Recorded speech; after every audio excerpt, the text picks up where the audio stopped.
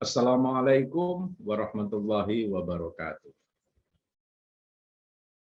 Episode kali ini kita akan merespon, menanggapi pertanyaan dari Ibu Hanin Lutfiani, Bantul, Yogyakarta.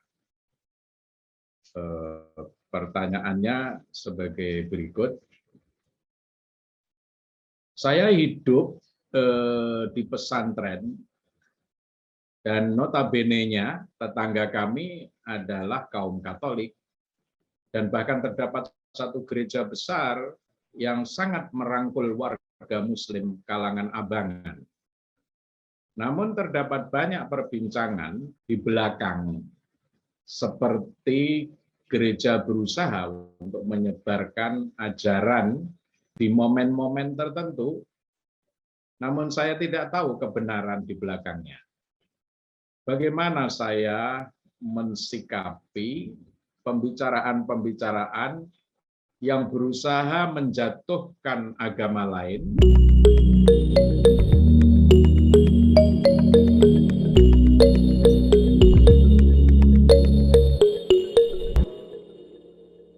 baik, pertanyaan yang sangat bagus ini biasa muncul memang di masyarakat. Catatan atau komentar umum saya terlebih dahulu sebagai berikut. Dalam masyarakat majemuk secara keagamaan, fenomena sosial seperti yang Ibu Hanin Lutfiani ungkapkan adalah wajar dan bahkan sulit dihindari. Tidak mungkin bisa dicegah. Ya. Namun, yang perlu segera dicatat dan digarisbawahi bahwa suara-suara seperti itu bisa benar dan bisa tidak. Yang terpokok adalah bagaimana kita masing-masing mengolah informasi yang kita dapat dan kita dengar, menyalurkan ke tokoh-tokoh masyarakat dan aparatur yang adil dan tepat. Kita sebagai masyarakat sipil harus mampu menjembatani dengan cerdas dan jitu jika memang terjadi, bukan malah mengembangkannya atau menyebarluaskannya secara tidak bertanggung jawab. Nah, terlepas dari itu semua, pada prinsipnya, agama-agama Abrahamik adalah agama misi, adalah agama dakwah, Islam dan Kristen khususnya. Tidak mungkin menghapus atau menghilangkan tugas misi agama-agama untuk mengajak manusia ke arah kebaikan dan kesejahteraan menurut versi dan pandangannya masing-masing. Terdapat dalam Al-Quran bahwa Tuhan sendiri tidak menginginkan manusia seluruhnya di muka bumi ini mengikuti satu agama yang sama. Artinya akan terjadi secara otomatis keanekaragaman dan kemajumukan agama dan kepercayaan. Dalam Al-Quran, surat Yunus 10, ayat 99, disebutkan sebagai berikut. A'udzubillahi minasyaitonirrajim, bismillahirrahmanirrahim. Walau syaa rabbuka la'amana man fil ardi kulluhum jami'a. Afa anta tukrihun nas hatta yakunu mu'minin? Artinya kurang lebih sebagai berikut. Dan jikalau Tuhanmu menghendaki, tentulah beriman semua orang yang di muka bumi, seluruhnya. Maka, apakah kamu hendak memaksa manusia supaya mereka menjadi orang-orang yang beriman semuanya? Nah, itu dia kutipan dari ayat Al-Quran. Maka pluralitas kemajemukan agama berikut misinya masing-masing adalah realitas teologis dan sosiologis keberagaman manusia dan sekaligus merupakan fakta keras, ya, hard facts, fakta yang tidak bisa ditolak dari realitas agama-agama Abrahamik yang mengemban misi dan dakwah tersebut. Bahkan Al-Quran menganjurkan kepada semua manusia di muka bumi, termasuk penganut agama-agama, sudah barang tentu, untuk berlomba-lomba dalam kebaikan, dalam menyebarkan kebaikan. Fastabiqu al-khairat.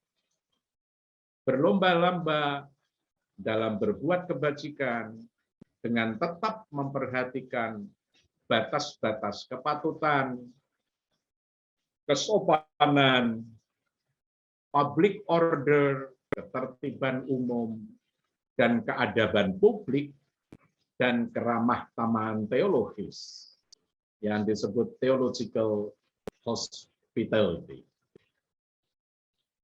Nah, bagaimana mensikapinya? Nah, ini kalau ada isu-isu yang beredar tadi. Pertanyaan inti dari Ibu Hanin Lutfiani seperti itu. Bagaimana menyikapinya? Nah, ada lima poin yang dapat dipertimbangkan dalam menghadapi fenomena sosial keagamaan dalam masyarakat majemuk. Pertama adalah sikap resilience namanya, yaitu ketangguhan sosial. Ketangguhan sosial lebih diutamakan, lebih didahulukan. Jangan mudah terpancing isu-isu dan berita-berita yang belum tentu dapat dipertanggungjawabkan secara publik. Isu-isu yang tidak dapat dipertanggungjawabkan akan selalu muncul ke permukaan. Kadang-kadang ditiupkan oleh para pemain yang ingin mengambil keuntungan di air keruh di tengah keributan dan percekcokan sosial. Itu yang pertama, yaitu ketangguhan sosial. Yang kedua, religious maturity, yaitu kedewasaan atau kematangan di dalam beragama. Mendahulukan pertimbangan rasio, common sense, akal sehat, atau biasa disebut healthy minded, daripada emosi sosial keagamaan yang biasa disebut seksual. Teori psikologi agama yang menyebut adanya corak keberagamaan yang sehat dan ada juga corak keberagamaan yang tidak sehat alias sakit, patut dicamkan dan diperhatikan dengan seksama di dalam masyarakat majemuk. Ketiga, selalu waspada dan berbaik sangka. Umat beragama di dalam masyarakat majemuk selalu diingatkan dan dihimbau untuk tidak mudah terpancing isu-isu dari manapun datangnya. Jangan-jangan isu-isu yang disebar lewat WA atau peralatan digital lainnya memang disebar dengan maksud dan interest kepentingan tertentu, kepentingan politik misalnya, dengan cara membentur-benturkan, mengadu domba antar sesama umat beragama. Keempat, pendidikan yang berkualitas. Tidak jemu-jemu sebagai seorang guru, sebagai ustadz, ustadzah, kiai, pastor, pendeta, untuk memperbaiki kualitas pendidikan. Jika kita mengikuti pedoman umum, arah dan corak pendidikan ke depan, Futures of Education menuju tahun 2050, menurut UNESCO, antara lain ditegaskan bahwa pertama, pedagogi, pembelajaran, pendidikan, bahkan perkuliahan ke depan tidak harus didasarkan pada prinsip kerjasama, kolaborasi, dan solidaritas. Prinsip-prinsip dan nilai dasar ini perlu ditanamkan, disampaikan, dipraktekkan oleh guru, dosen, kiai, ustadz, pendeta, pastor, pedanda, biku, bahkan bersama-sama dengan seluruh peserta didik, santri dan santriwati pada jenjang apapun, dari PAUD sampai ke perguruan tinggi. Kedua, kurikulum ke depan menekankan pembelajaran ekologis, antar budaya, dan interdisipliner.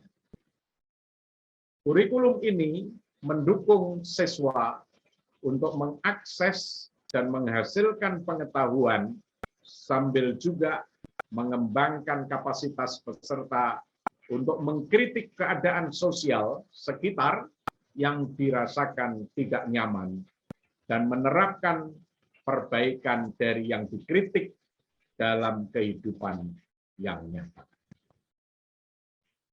Kelima, literasi keagamaan lintas budaya atau yang biasa kita kenal dengan LKLB. Menjadi sangat diperlukan oleh masyarakat multikultural, multireligi, multi kepercayaan, multiras, multisuku, multietnis, supaya tidak mudah terpancing, tergoda, tercabik-cabik, terbakar emosi oleh isu atau berita yang bercorak mengadu domba, hoax, hate speech, dan begitu seterusnya. Demikian, Ibu Lutfiani. Terima kasih.